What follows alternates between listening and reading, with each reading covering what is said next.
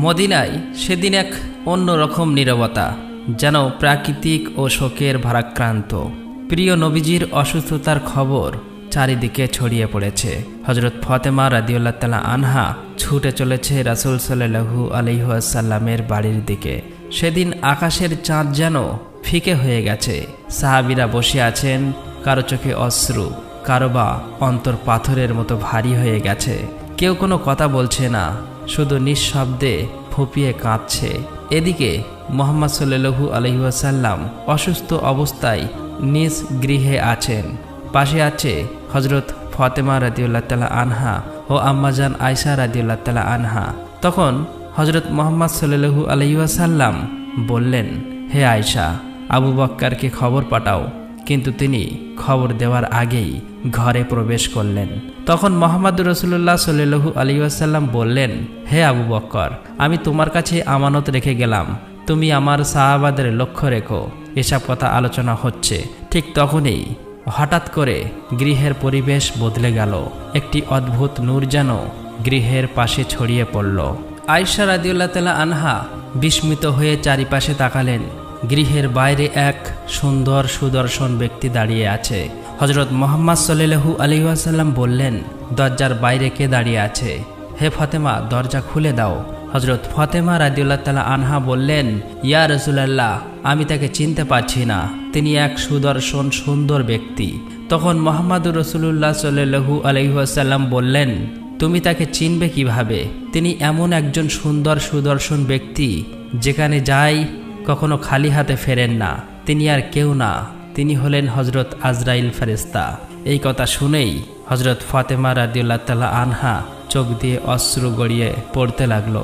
তখন হজরত আজরাইল ফেরেশতা সালাম দিয়ে ঘরের ভিতরে প্রবেশ করলেন এবং বললেন, আসসালামু আলাইকুম ইয়া রাসূলুল্লাহ, ইয়া রাহমাতুল্লিল আলামিন। আল্লাহ রাব্বুল আলামিন আপনাকে সালাম জানিয়েছেন। আল্লাহ রাব্বুল আলামিন আমাকে আপনার কাছে পাঠিয়েছেন। ইয়া রাসূলুল্লাহ, আপনি অনুমতি দিলে তবেই জান কবজ করব, আর নয়তো ফিরে যাব। আপনার যতদিন ইচ্ছা ততদিন এই পৃথিবীতে থাকবেন। তখন মুহাম্মদ সাল্লাল্লাহু আলাইহি ওয়াসাল্লাম বললেন, হে আজরাইল আলাইহিস সালাম, আমার তো আল্লাহর সাথে এখন একটি কথা বাকি আছে। ইয়া রাসূলুল্লাহ, কি কথা বাকি আছে? তখন রাসূল সাল্লাল্লাহু আলাইহি ওয়াসাল্লাম বললেন, আমার ভাই জিবরাইল আলাইহিস সালাম কোথায়? আমি তার সাথে সাক্ষাৎ করতে চাই। তখন জিবরাইল আলাইহিস সালাম প্রথম আসমানে ছিলেন। এই কথা শোনা মাত্রই হযরত জিবরাইল আলাইহিস সালাম প্রথম আসমান থেকে অতি দ্রুত রাসূল সাল্লাল্লাহু আলাইহি ওয়াসাল্লামের গৃহে প্রবেশ করলেন। ঘরের ভিতরে এক অপার্থিব নূরের আভা ছড়িয়ে পড়ল। সেই নূরের মাঝখানে দাঁড়িয়ে আছেন হযরত জিবরাইল আলাইহিস সালাম। তখন তিনি বললেন, ইয়া রাসূলুল্লাহ, ওগো আল্লাহর পয়গম্বর, আপনি কান্না করেন কেন? মুহাম্মদ সাল্লাল্লাহু আলাইহি ওয়াসাল্লাম বললেন, ভাই জিবরাইল, আমি এই কারণে কান্না করছি, এই দুনিয়া থেকে চলে যাবার পর আমার গুনাহগার উম্মতের কি হবে? তুমি আমার আল্লাহর কাছে এই কথাটুকু একটু জেনে এসো। সঙ্গে সঙ্গে হযরত জিবরাইল আলাইহিস সালাম আল্লাহর আরশে চলে গেলেন। আল্লাহ রাব্বুল আলামিন সব কিছুই জানতেন, তবুও মহান রব্বুল আলামিন হযরত জিবরাইল ফেরেশতাকে জিজ্ঞেস করলেন, হে জিবরাইল, তুমি কাঁদছো কেন? জিবরাইল আলাইহিস সালাম বললেন, ওগো আমার মহান রব আল্লাহ রব্বুল আলামিন, আমি তো তোমার প্রিয় হাবিব রাসূলের জন্যই কাঁদছি, আর তোমার প্রিয় রাসূল কাঁদছে তার গুনাহগার উম্মতের জন্য। তখন মহান রব্বুল আলামিন বললেন, হে জিবরাইল, যাও যাও, তুমি এই সুসংবাদ দাও যে তার চিন্তার কোনো কারণ নেই। আমার প্রিয় হাবিব তার উম্মতের জন্য যেমন মায়া করে, দয়া করে, আল্লাহ তার বান্দাদের তেমনি দয়া করে। তবে কাল হাসরের ময়দানে প্রিয় হাবিব যতক্ষণ পর্যন্ত খুশি না হবে ততক্ষণ পর্যন্ত তার উম্মতের গুনাহ মাফ হয়ে যাবে এবং বিনা হিসাবে জান্নাতে যাবে। এই সুসংবাদ পাওয়ার সঙ্গে সঙ্গেই হযরত জিবরাইল আলাইহিস সালাম অতি দ্রুত রাসূল সাল্লাল্লাহু আলাইহি ওয়াসাল্লামের গৃহে প্রবেশ করলেন। তখন রাসূল সাল্লাল্লাহু আলাইহি ওয়াসাল্লাম বললেন, ভাই জিবরাইল, আল্লাহ রাব্বুল আলামিন কি বলেছেন? তুমি কাঁদছো কেন? হযরত জিবরাইল আলাইহিস সালাম বললেন, ইয়া রাসূলুল্লাহ, ওগো আল্লাহর পয়গম্বর, আল্লাহ তোমার জন্য অপেক্ষা করছে। আল্লাহ তো সুসংবাদ দিয়েছেন। আর আমি কাঁদছি এই কারণে যে আজকের পর থেকে আমি আর কখনোই ওহী নিয়ে আসতে পারবো না। এই পৃথিবীতে অনেক নবী রাসূলের কাছে ওহী নিয়ে এসেছি, কিন্তু আপনার কাছে তো সবচেয়ে বেশিবার এসেছি, আমার আজ বড় কষ্ট হচ্ছে। তখন রাসূল সাল্লাল্লাহু আলাইহি ওয়াসাল্লাম ফেরেশতাকে সান্ত্বনা দিলেন। অতঃপর মুহাম্মদ সাল্লাল্লাহু আলাইহি ওয়াসাল্লাম হযরত আজরাইল আলাইহিস সালামকে অনুমতি দিলেন। তখন আজরাইল ফেরেশতা প্রথমে তার হাত রাসূল সাল্লাল্লাহু আলাইহি ওয়াসাল্লামের সিনা মোবারকে রাখলেন। তখন রাসূল সাল্লাল্লাহু আলাইহি ওয়াসাল্লাম বললেন, ভাই আজরাইল, জান কবজের যত কষ্ট আমাকে দাও, কিন্তু আমার উম্মতকে দিও না। তখন আজরাইল ফেরেশতা বললেন, ইয়া রাসূলুল্লাহ, আপনাকে চিন্তা করতে হবে না। আপনার উম্মতের মধ্যে যে খাঁটি ঈমানদার উম্মত হবে তার এমনভাবে জান কবজ করা হবে যেন একটি শিশু মায়ের কোলে দুধ পান করতে করতে ঘুমিয়ে যায়, ঠিক তেমন মনে হবে। একথা শুনে রাসূল সাল্লাল্লাহু আলাইহি ওয়াসাল্লাম নিশ্চিত হলেন। এরপর আস্তে আস্তে খুবই ইজ্জতের সাথে এই কাজ শেষ করে রাসূল সাল্লাল্লাহু আলাইহি ওয়াসাল্লামের রূহ মোবারক আল্লাহর আরশে নিয়ে চলে গেল। হযরত ফাতেমা রাদিয়াল্লাহু তাআলা আনহা, আম্মাজান আয়েশা রাদিয়াল্লাহু তাআলা আনহা যেন নীরব নিস্তব্ধ বাকরুদ্ধ হয়ে গেল। অতঃপর পৃথিবী স্তব্ধ হয়ে গেল, মদিনার বাতাস স্থির হয়ে গেল। পৃথিবী যেন কিছু মুহূর্তের জন্য থমকে গেল, সমগ্র প্রাণীকুল কাঁদতে লাগলো। এই সংবাদ খুবই দ্রুত সমগ্র মদিনায় ছড়িয়ে পড়ল। এই সংবাদে প্রত্যেক মুসলমানের কলিজা যেন ভেঙে চূর্ণ বিচূর্ণ হয়ে গেল, তাদের হৃদয় যেন ছিঁড়ে ছিন্ন ভিন্ন হয়ে গেল। সমস্ত মুসলমানের পায়ের নিচে মাটি যেন সরে গেল। দয়ার নবী হযরত মুহাম্মদ সাল্লাল্লাহু আলাইহি ওয়াসাল্লামের ভক্তবিন্দু, আজীবনের সঙ্গী এবং সহচরগণ যারা তাকে নিজের প্রাণের চেয়েও বেশি ভালোবাসতেন, তারা দয়ার নবী হযরত মুহাম্মদ সাল্লাল্লাহু আলাইহি ওয়াসাল্লামের এই সংবাদে অনেকেই বাকরুদ্ধ হয়ে গেল। আবার কেউ বা কচি শিশুর মতো হাউ মাউ করে কাঁদতে শুরু করলেন। একজন সাহাবী আব্দুল ইবনে আব্বাস রাদিয়াল্লাহু তাআলা আনহু এই সংবাদ শুনে শোকের দুঃখে কষ্ট সহ্য করতে না পেরে প্রাণ ত্যাগ করলেন। এদিকে হযরত বেলাল রাদিয়াল্লাহু তাআলা আনহু মসজিদে এক কোণে অঝরে কাঁদতে কাঁদতে বলতে লাগলো, আমি কিভাবে আজান দেব, আমার জিহ্বা কিভাবে উচ্চারণ করবে সেই নাম যিনি আজ আমাদের মাঝে নেই। কেউ তাকে সান্ত্বনা দিতে পারছিল না। অতঃপর অসহায়ভাবে পাগলের মতো এদিক ওদিক ঘুরতে লাগলো। যার সঙ্গে দেখা হচ্ছে তাকে জিজ্ঞাসা করতে লাগলো, তোমরা কি আমার দয়ার নবীকে দেখেছো? কিন্তু কেউ তাকে কিছুই বলল না, কেননা সবারই তো এই একই অবস্থা। কে তাকে সান্ত্বনা দেবে? এদিকে এই খবর হযরত উমর রাদিয়াল্লাহু তাআলা আনহুর কানে পৌঁছালো। হযরত উমর রাদিয়াল্লাহু তাআলা আনহুর মতো জ্ঞানী বিচক্ষণ সাহাবী অঝরে কাঁদতে কাঁদতে তলোয়ার উঠিয়ে বললেন, আমার দয়ার নবী কখনোই ইন্তেকাল করতে পারে না। যে বলবে আমাদের প্রিয় নবী রাসূল সাল্লাল্লাহু আলাইহি ওয়াসাল্লাম মারা গেছে, তাকে তলোয়ার দিয়ে দ্বিখণ্ডিত করে দেব। তিনি আমাদের ছেড়ে যাননি, তিনি আমাদের মাঝেই আছেন। সেই সময় হযরত আবু বকর রাদিয়াল্লাহু তাআলা আনহু সেখানে এসে বললেন, হে মদিনার মানুষ, তোমরা জেনে রাখো, শুধুমাত্র আল্লাহ চিরঞ্জীব, তিনি কখনোই মারা যান না। তিনি মহান, তিনি সর্বশ্রেষ্ঠ। এই পৃথিবীতে যত নবী রাসূল এসেছে সবাই একদিন মৃত্যুর স্বাদ গ্রহণ করতে হয়েছে, তেমনি আমাদের রাসূল সাল্লাল্লাহু আলাইহি ওয়াসাল্লাম আজ সেই স্বাদ গ্রহণ করেছে। তবে তিনি তো বেঁচে আছেন তার পবিত্র কর্মে আমাদের হৃদয়ে। অতঃপর প্রতিটি সাহাবী ফুঁপিয়ে ফুঁপিয়ে কাঁদতে লাগলেন। সেদিন মদিনার বাতাস ভারী হয়ে গেল। মদিনার অলিতে গলিতে কান্নার আওয়াজ ভেসে আসতে লাগলো। নারীরা তাদের ঘর থেকে বেরিয়ে এলেন। শিশুরা ভয়ে মায়ের আঁচল চেপে ধরল। পুরুষরা একে অপরের দিকে নিস্তব্ধ হয়ে তাকিয়েছিলেন। কেউ যেন বুঝতেই পারছিল না এই বিশাল শূন্যতা কিভাবে পূরণ হবে। সেদিন শুধু মানুষ কাঁদেনি, কেঁদেছিল এই জমিন, এই আসমান, এই প্রাণীকুল। মদিনার আকাশ যেন সেদিন নিস্তব্ধ হয়ে গেল। অতঃপর হযরত আবু বকর রাদিয়াল্লাহু তাআলা আনহু ধীরে ধীরে প্রিয় নবীজির গৃহের দিকে এগোতে লাগলেন। গৃহে প্রবেশ করতেই তিনি দেখলেন এক অলৌকিক প্রশান্তিতে ভরে আছে, যেন এখানেই জান্নাতের সুবাস মিশে আছে। তখন সবাই একপাশে দাঁড়িয়ে কাঁদছিলেন। তিনি বলে উঠলেন, আজ পৃথিবী থেকে সবচেয়ে দয়ার মানুষটি চলে গেলেন, আমরা কিভাবে তার স্মৃতি ছাড়া বেঁচে থাকব। তারপর হযরত আবু বকর রাদিয়াল্লাহু তাআলা আনহু রাসূল সাল্লাল্লাহু আলাইহি ওয়াসাল্লামের পবিত্র মুখখানা উন্মুক্ত করে একখানা চুম্বন করলেন এবং কাঁদতে কাঁদতে বললেন, হে আল্লাহর রাসূল, আমার মাতা পিতা আপনার উপর কুরবান হোক। আপনার জীবন যেমন পবিত্র, আপনার মৃত্যু তেমন পবিত্র। আল্লাহর শপথ, দ্বিতীয়বার আপনার আর কোনো মৃত্যু ঘটবে না, আর কোনো মৃত্যু আপনাকে স্পর্শ করতে পারবে না। অতঃপর হজরত আবু বকর রাদিয়াল্লাহু তাআলা আনহু ঘর থেকে বেরিয়ে আসলেন। তখন দেখলেন হজরত উমর রাদিয়াল্লাহু তাআলা আনহু দিশেহারা হয়ে ছটফট করছে। তখন হজরত আবু বকর রাদিয়াল্লাহু তাআলা আনহু শান্তভাবে বললেন, হে অমর, সংযত হও, ধৈর্য ধারণ করো। হে অমর, মনে রেখো, প্রত্যেক প্রাণীকে মৃত্যুর স্বাদ গ্রহণ করতে হবে।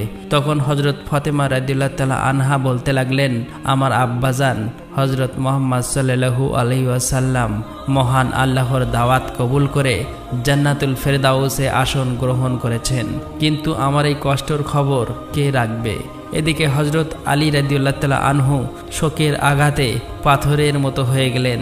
এইভাবে প্রিয় নবীর পরিবার, সাহাবী, মুজাহিরগণ, একে একে সমগ্র মানুষ বাকরুদ্ধ হয়ে গেল। শুধুমাত্র হজরত আবু বকর রাদিয়াল্লাহু তাআলা আনহু ধৈর্য ধারণ করে সকলের উদ্দেশ্যে সান্ত্বনা ও উপদেশ প্রদান করতে লাগলো। হজরত মুহাম্মদ সাল্লাল্লাহু আলাইহি ওয়াসাল্লামের পবিত্র দেহ মোবারক জমিনের উপর থাকতেই একজন খলিফা নির্বাচন করার সিদ্ধান্ত গ্রহণ করলেন। কে হবে মুসলিম জাহানের খলিফা? এই বিষয়ে রাসূল সাল্লাল্লাহু আলাইহি ওয়াসাল্লাম কোনো আদেশ নির্দেশ দিয়ে যাননি, যাতে মুসলিম মিল্লাতের মাঝে কোনো শঙ্কা বা কলহ না দেখা দেয়। তার জন্যই কয়েকজন বিবেক বুদ্ধিমান সাহাবী একত্রিত হয়ে মুসলিম জাহানের খলিফা নির্বাচন করার সিদ্ধান্ত গ্রহণ করলেন। বিষয়টি আলোচনা শুরু হতেই বিতর্ক দেখা দিল। আনসার ও মুজাহিরগণের ভিতরে নিজ নিজ খেয়াল মতো খিলাফতের দাবি করতে লাগলো। এটি আরও বিতর্ক শুরু হতে পারে, এই জন্যই ওমর রাদিয়াল্লাহু তাআলা আনহু এগিয়ে এসে বললেন, এরপরে মুসলিম জাহানের খলিফা হজরত আবু বকর রাদিয়াল্লাহু তাআলা আনহুই হবেন। তিনি আমাদের নেতা। আজ থেকে আমি হজরত আবু বকর রাদিয়াল্লাহু তাআলা আনহুর কাছে বায়াত গ্রহণ করলাম। হাতে হাত দিয়ে বায়াত গ্রহণ করলেন। তারপর হজরত ওমর রাদিয়াল্লাহু তাআলা আনহুর দেখা দেখি সমস্ত লোক এই সিদ্ধান্ত মেনে নিলেন। অতঃপর হজরত মুহাম্মদ সাল্লাল্লাহু আলাইহি ওয়াসাল্লামের দাফন কাফনের প্রস্তুতি শুরু হলো। প্রথমেই রাসূল সাল্লাল্লাহু আলাইহি ওয়াসাল্লামের দেহ মোবারক গোসল করার ব্যবস্থা গৃহের ভিতরে হলো। গোসল দেওয়ার জন্য সাহাবীরা এগিয়ে এলো। তারা সকলেই বলতে লাগলো, আল্লাহর কসম, আমরা অনুভব করলাম নবীজি সাল্লাল্লাহু আলাইহি ওয়াসাল্লামের দেহ থেকে সুগন্ধ ছড়িয়ে পড়ছিল। আমরা জান্নাতের সুঘ্রাণ পাচ্ছি। সবার চোখের পানি থামছে না। এই সময় একজন সাহাবী বলল, রাসূল সাল্লাল্লাহু আলাইহি ওয়াসাল্লামের গোসল মোবারকে আমরাও শরীক হতে চাই। হজরত উসামা ইবনে জায়েদ রাদিয়াল্লাহু তাআলা আনহু গোসলের জন্য পানি আনলেন। এই সময় তিনি বলছিলেন, হে আল্লাহর প্রিয় রাসূল, আমার মাতা পিতা আপনার উপর কুরবান হোক। আপনার পরলোক গমনে আমরা এমন জিনিস হারালাম যা আর কোনোদিনই ফিরে পাব না। আজ থেকে সব ওহির দরজা বন্ধ হয়ে গেল। ইয়া রাসূলুল্লাহ, আজকের দিনটি বিশ্ববাসীর জন্য এক বিশাল শোক বার্তা। হজরত আলী রাদিয়াল্লাহু তাআলা আনহু এবং হজরত আব্বাস রাদিয়াল্লাহু তাআলা আনহু প্রিয় রাসূল সাল্লাল্লাহু আলাইহি ওয়াসাল্লামের পবিত্র দেহ মোবারক গোসল করাতে লাগলেন। সেই সময় হজরত আলী রাদিয়াল্লাহু তাআলা আনহু অঝরে কান্না করছে, চোখ দিয়ে অশ্রু ঝরে পড়ছে, আর মনের অজান্তেই বলতে লাগলো, ইয়া রাসূলুল্লাহ, আমি কিভাবে গোসল করাবো? আপনি তো ছিলেন এই পৃথিবীর শ্রেষ্ঠ মানুষ এবং সবচেয়ে পবিত্র। ইয়া রাসূলুল্লাহ, আপনার দেহ মোবারকের মতো এত সুঘ্রাণ আমি কখনোই পাইনি। সমস্ত সাহাবীরা এভাবেই মুহাম্মদ সাল্লাল্লাহু আলাইহি ওয়াসাল্লামের দেহ মোবারক গোসল কার্য সম্পাদন করলেন। গোসল শেষে 3খানা কাপড় দ্বারা কাফনের ব্যবস্থা করা হলো। কিন্তু রাসূল সাল্লাল্লাহু আলাইহি ওয়াসাল্লামের দেহ মোবারক কোনখানে দাফন করাবে, এই নিয়েই সাহাবীদের মধ্যে নানা রকম মতভেদ দেখা দিল। কেউ বলল ওহুদের ময়দানে দাফন করা হোক, শহীদদের পাশে। আবার কেউ বলল জান্নাতুল বাকিতে দাফন করা হোক। এভাবেই মতভেদ সৃষ্টি হলো। তখন হজরত আবু বকর রাদিয়াল্লাহু তাআলা আনহু বললেন, আমি নবীজি সাল্লাল্লাহু আলাইহি ওয়াসাল্লামের একটি কথা শুনেছি, যে নবী যেখানে ইন্তেকাল করেন তাকে সেই স্থানেই দাফন করা হয়। তাছাড়া নবী করিম সাল্লাল্লাহু আলাইহি ওয়াসাল্লাম বলে গেছেন, আমাকে সেই স্থানে দাফন করবে যেখানে কেউ মসজিদ বানাতে না পারে। এই কথাগুলোর উপর ভিত্তি করে হযরত আয়েশা রাদিয়াল্লাহু তাআলা আনহার গৃহে, যেখানে নবী করিম সাল্লাল্লাহু আলাইহি ওয়াসাল্লাম ইন্তেকাল করেন, সেখানেই দাফনের ব্যবস্থা করা হলো। অতঃপর একটি গুরুত্বপূর্ণ প্রশ্ন সামনে এলো, নবীজি সাল্লাল্লাহু আলাইহি ওয়াসাল্লামের জানাজা কে পড়াবেন? এমন মহান ব্যক্তিত্ব যার পিছনে সাহাবারা নামাজ পড়তেন, তার জানাজার ইমামতি কে করবেন? অবশেষে সিদ্ধান্ত হলো যে কোনো একজন ইমাম নির্ধারিত করা হবে না। সাহাবারা একদল করে নবীজি সাল্লাল্লাহু আলাইহি ওয়াসাল্লামের জানাজা পড়াবেন। প্রথমে নবীজি সাল্লাল্লাহু আলাইহি ওয়াসাল্লামের পরিবার জানাজা পড়ালেন, তারপর মুহাজিরগণ এলেন, তারপর আনসারগণ এলেন, তারপর শহরের সাধারণ মানুষ এলেন। এভাবেই একে একে জানাজা সম্পূর্ণ করলো। জানাজা সম্পূর্ণ করার 32 ঘন্টা পর সাইয়্যিদুল মুরসালিন খাতেবুন নবীন রহমাতুল্লিল আলামিন মুহাম্মদ সাল্লাল্লাহু আলাইহি ওয়াসাল্লামের পবিত্র দেহ মোবারক চিরদিনের জন্য মানুষের চোখ থেকে আড়াল করা হলো। অতঃপর রাসূল সাল্লাল্লাহু আলাইহি ওয়াসাল্লাম যে স্থানে বসতেন, হযরত ফাতেমা রাদিয়াল্লাহু তাআলা আনহা সেই স্থানে গেলেন। সেখানে আলতোভাবে স্পর্শ করলেন, অঝরেই কাঁদতে কাঁদতে বললেন, আব্বাজান, ইয়া রাসূলুল্লাহ, আপনি তো চলে গেলেন, আমাদের এতিম করে চলে গেলেন। আজ মদিনা এত নীরব কেন? কেন বাতাসে আপনার স্নেহ ভরা কণ্ঠ শোনা যায় না? তিনি আর্তনাদ করে উঠলেন, ইয়া রাসূলুল্লাহ, আপনি তো বলেছিলেন আমরা জান্নাতে একসঙ্গে থাকব, কিন্তু আমি কিভাবে সেই সময় পর্যন্ত অপেক্ষা করব? এই পৃথিবী আমার জন্য একেবারে শূন্য হয়ে গেছে। তারপর হযরত ফাতেমা রাদিয়াল্লাহু তাআলা আনহা রাসূল সাল্লাল্লাহু আলাইহি ওয়াসাল্লামের কবর মোবারকের কাছে গিয়ে কাঁদতে কাঁদতে বললেন, ইয়া রাসূলুল্লাহ, আপনি তো সেই মানুষ যার উপরে আল্লাহর রহমত ছিল। জিবরাইল আলাইহিস সালাম আপনার কাছে ওহী নিয়ে আসতেন, আর সেই ওহীর দরজা বন্ধ হয়ে গেল। আজ এই মদিনা এত নিঃসঙ্গ কেন? এদিকে হযরত বিলাল রাদিয়াল্লাহু তাআলা আনহু নিস্তব্ধ বাকরুদ্ধ হয়ে মসজিদে নববীতে অবস্থান করলেন। সেই সময় কয়েকজন সাহাবী তার কাছে আসলেন এবং বললেন, বিলাল, দয়া করে আমাদের জন্য একবার আজান দাও, যেন আমরা নবীজির দিনগুলোর কথা মনে করতে পারি। তখন হযরত বিলাল রাদিয়াল্লাহু তাআলা আনহু আজানের জন্য প্রস্তুত হলেন। আল্লাহু আকবার, আল্লাহু আকবার মধুর ধ্বনি উচ্চারণ করতেই সবাই কাঁদতে লাগলো। অতঃপর যখন আশহাদু আল্লা ইলাহা ইল্লাল্লাহ বলা শুরু করলো, তখন কান্নার আওয়াজ আরো বেড়ে গেল। কিন্তু যখন বললেন আশহাদু আন্না মুহাম্মাদুর রাসূলুল্লাহ, তখন হযরত বিলাল রাদিয়াল্লাহু তাআলা আনহুর কণ্ঠ আটকে গেল। তিনি আর বলতে পারলেন না, হাউমাউ করে কেঁদে উঠলেন, মিনারের উপরে বসে পড়লেন। সারা মদিনা যেন আবার শোকে স্তব্ধ হয়ে গেল। তখন হযরত বিলাল রাদিয়াল্লাহু তাআলা আনহু বললেন, আমি আর মদিনায় থাকতে পারবো না। রাসূল সাল্লাল্লাহু আলাইহি ওয়াসাল্লাম নেই, তাহলে আমি কেন এখানে থাকব? সেদিনই তিনি মদিনা ছেড়ে চলে গেলেন, আর কোনোদিনই আজান দেননি, শুধু একবার ছাড়া।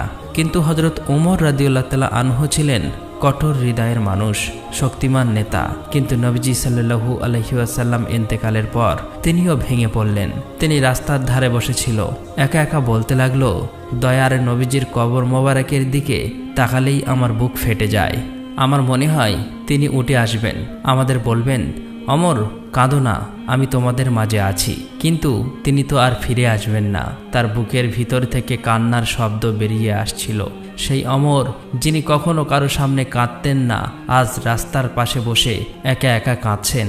অতঃপর হযরত আবু বকর রাদিয়াল্লাহু তাআলা আনহু একদিন দয়ার নবীজির কবরের পাশে বসে বললেন, ইয়া রাসূলুল্লাহ, আমি সব সময় আপনার ছায়ায় ছিলাম, আমি আপনার সাথে হাসতাম, আপনার সাথে কাঁদতাম, কিন্তু আজ আমি একা, আমি নিঃসঙ্গ, আমি আপনাকে ছাড়া কিভাবে জীবন কাটাবো? আবু বকর রাদিয়াল্লাহু তাআলা আনহু নবীজি সাল্লাল্লাহু আলাইহি ওয়াসাল্লামের বিদায়ের পর মাত্র 2 বছর বেঁচে ছিলেন। সেই 2 বছর যেন এক একটি যুগের মতো কষ্টে কেটেছে। অতঃপর কয়েকদিন পর হযরত আবু বকর রাদিয়াল্লাহু তাআলা আনহু নিজ গৃহে শায়িত ছিলেন। এক রাতে স্বপ্ন দেখলেন, রাসূল সাল্লাল্লাহু আলাইহি ওয়াসাল্লাম তাকে বলছেন, আবু বকর, আমি তোমার জন্য অপেক্ষা করছি। স্বপ্ন দেখে হযরত আবু বকর রাদিয়াল্লাহু তাআলা আনহু দ্রুত ঘুম থেকে উঠে পড়লেন, মনে মনে হাসলেন এবং বললেন, আমার সময় এসে গেছে। এভাবেই কিছুদিন যাওয়ার পর তিনি ধীরে ধীরে অসুস্থ হয়ে পড়লেন। যখন তার মৃত্যুর সময় ঘনিয়ে এলো, তখন হয়তো তওবা করতে হযরত আবু বকর রাদিয়াল্লাহু তাআলা আনহু বললেন, প্রিয় সাহাবী ভাইয়েরা, আমাকে রাসূল সাল্লাল্লাহু আলাইহি ওয়াসাল্লামের পাশে দাপন করো, আমি তার কাছেই ফিরে যেতে চাই। যখন হযরত আবু বকর রাদিয়াল্লাহু তাআলা আনহু মৃত্যুবরণ করলেন, তখন নবীজির পাশে তাকে কবর দেওয়া হলো। তখন মদিনার আকাশে যেন আবার কান্নার শব্দ শোনা গেল। হযরত মুহাম্মদ সাল্লাল্লাহু আলাইহি ওয়াসাল্লাম রাহমাতাল লিল আলামিন, দয়ার নবী, মায়ের নবী, আমাদের মতো এই উম্মতের জন্য কত কষ্টই না করেছেন, কিন্তু আজ আমরা কি সত্যি নবীজি সাল্লাল্লাহু আলাইহি ওয়াসাল্লামকে ভালোবাসি? আজও কি আমরা রাসূল সাল্লাল্লাহু আলাইহি ওয়াসাল্লামের শোক অনুভব করি? আজও কি আমরা তাকে মনে করি? আমরা কি তার সুন্নাহ আঁকড়ে ধরে আছি? হে আল্লাহ, আমাদের হৃদয়ে নবীজি সাল্লাল্লাহু আলাইহি ওয়াসাল্লামের ভালোবাসাই ভরে দাও। হে আল্লাহ, আমাদের এমন জীবন দাও যেন আমরা তার পথে চলতে পারি। হে আল্লাহ, আমাদের এমন মৃত্যু দাও যেন আমরা জান্নাতে তার সাথে মিলিত হই। প্রিয় দর্শক, আসুন আমরা সকলেই যেন প্রিয় নবীজি সাল্লাল্লাহু আলাইহি ওয়াসাল্লামের আদর্শে আদর্শবান হতে পারি। আমরা যেন নবীজির মতো চরিত্রবান হতে পারি। আমরা সকলেই যেন সহজ সরল পথে চলতে পারি, আর মৃত্যুর সময় যেন পবিত্র কলেমা পড়তে পড়তে মৃত্যুবরণ করতে পারি। আল্লাহ রাব্বুল আলামিন আমাদের সকলকে এই তৌফিক দান করুক। আমরা সবাই বলি আমিন। আসসালামু আলাইকুম।